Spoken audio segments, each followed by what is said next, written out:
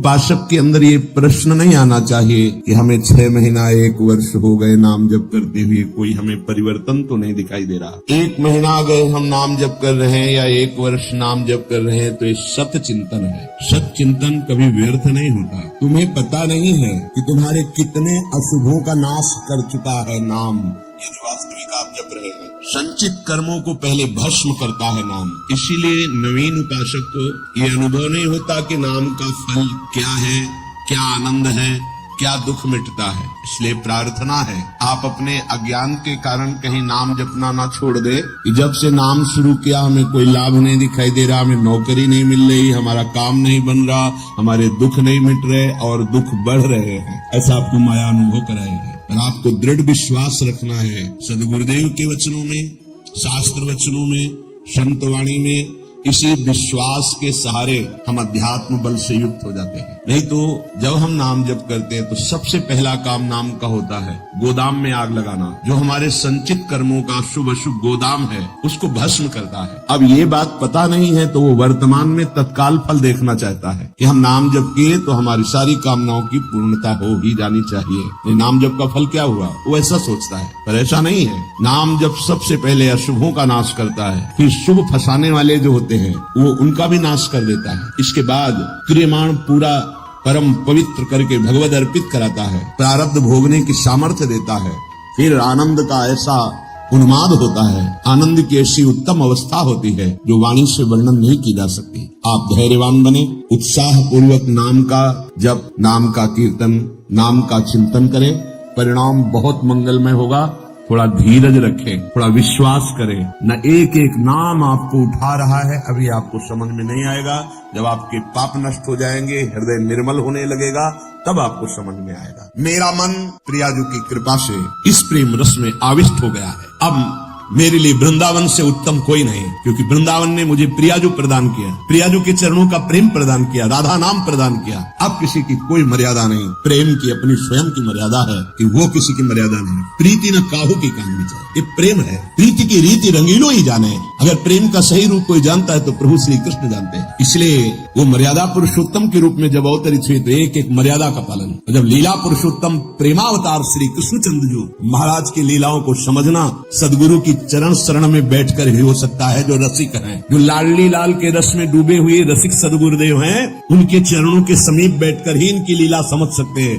नहीं, इनकी लीला बड़े बड़े मुनियों के लिए भी अगोचर ही है। न देवे ब्रह्मादेव न खलु हरि भक्ते न सुहृदा, ये स्वयं बाकी है, इनकी लीला भी बाकी है। ये बाकी की बाकी लीला को जिसका कहीं कुछ बाकी नहीं रह गया वही समझ सकता है। कोई भी चाह, कोई भी लालसा यदि बाकी है तो बाकी की लीला को नहीं समझ सकता। जिसका हृदय समस्त कामनाओं से, इच्छाओं से रहित हो चुका है और प्रेम रस का रसिक हो गया है, वो इनकी लीलाओं को जानता है। श्रीपाद कह रहे हैं, ये मैंने इसलिए कहा कि मेरा मन श्यामा श्याम के प्रेम में अब प्रवेश कर गया और ये प्रेम पंचम पुरुषार्थ है। तो उपासक को बड़ी कृपा यदि वृंदावन धाम आने को मिले, आश्रय मिले, वास करने को मिले, उसमें विशिष्ट कृपा के सत्संग मिल जाए। सत्संग से हमारे समस्त संशयों का नाश हो जाता है और हृदय दृढ़ हो जाता है कि अब मैं मुक्त होना चाहता हूँ। जीवन मुक्त महापुरुष ही प्रेम में प्रवेश होता है। ध्यान रखना, प्रेम रस तभी प्राप्त होता है, पहले प्रेम जीवन मुक्त करता है, तत्वबोध कराता है। सर्वान वस्तु तया निरीक्ष परम स्वाराध्य बुद्धिर्मम, जो उपनिषद कहते हैं सर्वम खलमिदम ब्रह्मणे नानास्ति किंचन, इसका पहले बोध होता है, फिर प्रेम रस प्राप्त होता है। जीवन मुक्त करके विदेह स्थिति से फिर वो प्रेम प्रदान करते हैं। जैसे पांचों भूले देह शुद्धि, ये विदेह स्थिति है। तब छठे भावना रास की, तब वो भावना में प्रवेश करता है। इतनी ऊंचाई हम अपने साधन बल से नहीं प्राप्त कर पाते, ये गुरु कृपा बल से। तभी कहा है रे मन रसकन संग बिन रंच न उपजे। एक साधारण बिना साधन जानने वाले को भी प्रियाजू मिल गए। क्यों? क्योंकि सीधे रसिक कृपा और आसक्ति मेरी लाडली, मेरी प्रियाजू। वो दुनिया के शास्त्रों का परिचय नहीं जानता, सिद्धांतों का परिचय नहीं जानता, बस उसके हृदय में एक बात बैठ गई, मेरी प्रियाजू, मेरी स्वामिनी, मेरी प्राण प्रिय सखी, लाडली जू, बात बन गई। ये जन्म बंधन से, कर्म बंधन से मुक्त होना बहुत कठिन विषय, बहुत कठिन। जब शास्त्रों का स्वाध्याय करो तब पता चलता है। तभी कहते हैं भगवत प्राप्ति अत्यंत कठिन, पर वो गलत शब्द है। भगवत प्राप्ति अत्यंत सरल। संसार का राग, शरीर का राग छोड़ पाना बड़ा कठिन। इसीलिए परिणाम को वो कठिन बोल देते हैं। परिणाम को कठिन बोलने से घाटा हो जाएगा, हम डर जाएंगे कि हम भगवत प्राप्ति नहीं कर पाएंगे। हमें उत्साह रखना है कि भगवत प्राप्ति बहुत सरल है। कठिन है शरीर संसार का राग छोड़ना, और इसकी जिम्मेवारी है गुरुदेव की। आप उनके कथनानुसार चले तो शरीर और संसार के राग का नाश हो जाएगा। कर्मार्थ का स्वरूप कल के सत्संग में वर्णन किया गया कि उपासक चाहे वो गृहस्थ हो या विरक्त, यदि इस मार्ग में उन्नति प्राप्त करना चाहता है तो किसी के स्वभाव या कर्म की ना तो प्रशंसा करे और ना निंदा करे। क्यों? जब वो गलत कर रहा है तुम निंदा क्यों ना करें? तुम क्रिया को देख रहे हो लेकिन पावर को नहीं देख रहे। पावर गोविंद है उसमें, सामर्थ्य गोविंद है उसमें।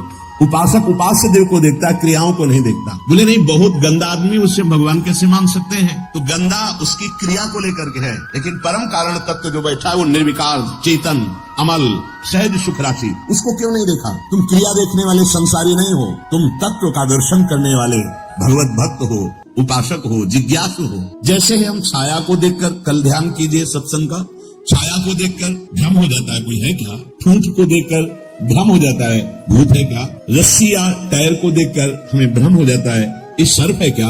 पर वहां कुछ नहीं होता। वो ठूंठ है, वो रस्सी है, वो आपकी छाया है। ठीक ऐसे ही पूरे संसार में आपके सिवा कुछ नहीं। सच्ची मानिए, आपको भ्रम होगा, कैसे ऐसे हो सकता है? जैसे स्वप्न में आपके मन के सिवा कुछ नहीं था, उसमें दुश्मन भी थे, मित्र भी थे, भोग भी था, ना जाने क्या क्या था, पर जब जगे तभी वो झूठा समझ में आया ना। स्वप्न में तो आपको सब सत्य लग रहा था, ऐसे ही अज्ञान से युक्त होने के कारण आपको नानात्व सत्य लग रहा है।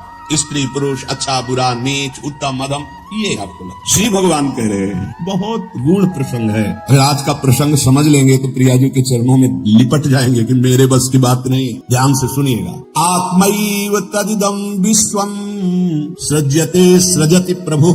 बहुत सुंदर विषय। भगवान ने अपने आप से अपने आप का सृजन किया है, दूसरा कुछ नहीं। आत्मैव तदिदं विश्वम सृज्यते सृजति प्रभु। त्रायते त्राति विश्वात्मा ह्रियते हरितीश्वरः। उसने अपने आप से अपने आप को बनाया।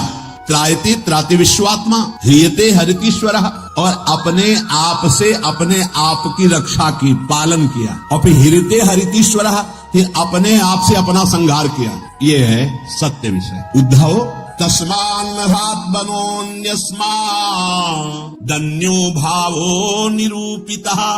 निरूपितेयं त्रिविधा निर्मूला भातिरात्मनि।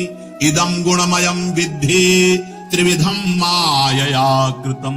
इसलिए उद्धव, आत्मा अविनाशी, चैतन्य घन, शरीर जड़ नाशवान, फिर ये जन्म किसका होता है, फिर मरण किसका होता है? प्रश्न कर बे। बहुत सुंदर प्रश्न है और बहुत सुंदर उत्तर है। यदि आप समझ पाए तो आप प्रियाजू के चरणों में भाग पड़ेंगे, क्योंकि आपकी समझ के परे की बात है। लाडली जी, मेरी तो कुछ समझ नहीं आया, बस मैं तो यही कह रहा हूँ, हमारी महारानी श्री राधा रानी। इसलिए सुन, थोड़ा धूप का ताप लगे ना तो वृक्ष की छाया अच्छी लगती है। देखो, संसार से मुक्त होने के लिए ये बहुत जोर का प्रश्न है। उद्धव जी ने कहा,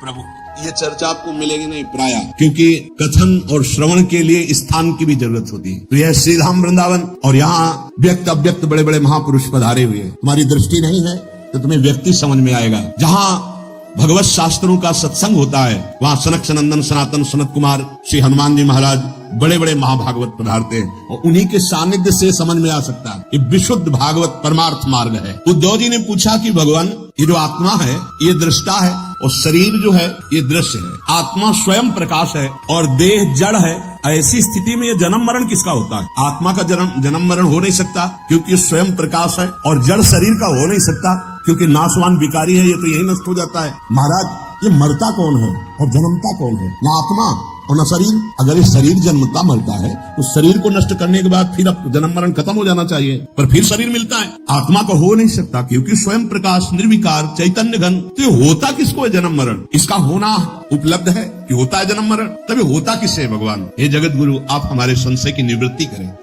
आत्मा व्ययो गुणः शुद्धा स्वयं ज्योतिरनावृतः। अग्निवद्दारो वच्चिद्देहा कस्येह संसृतिः।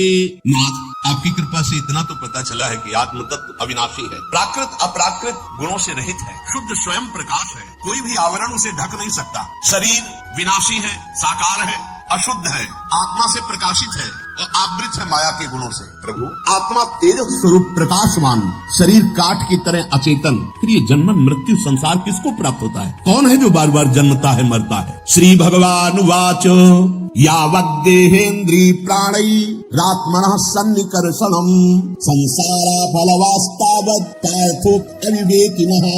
भगवान श्री कृष्ण ने कहा, प्रिय दो, बहुत तुमने विशुद्ध परमार्थ के स्वरूप का प्रश्न किया है। यद्यपि इस संसार का ज्ञान में कोई अस्तित्व नहीं है, अज्ञान के कारण ये भास रहा है, पर ध्यान देने योग्य बात, जब तक ये देह का अभिमानी है, मैं स्त्री मैं पुरुष, मैं ये देख रहा हूँ, मैं खा रहा हूँ, मैं बोल रहा हूँ, इंद्रियों का अभिमानी है, प्राणों का अभिमानी है, तब तक आत्मस्वरूप जो निर्विकार सच्चिदानंद में है, इस भ्रांति के कारण बार बार जन्म और मरण को प्राप्त होता रहता है। यद्यपि ना उसका कभी जन्म होता न मरण होता, फिर भी भ्रांति, ये भ्रांति स्वप्न की तरह है। अर्थे हृदयमाने पी संस्कृतिर न निवर्तते ध्यायतो विषयानस्य स्वप्ने नर्था गमो यथा।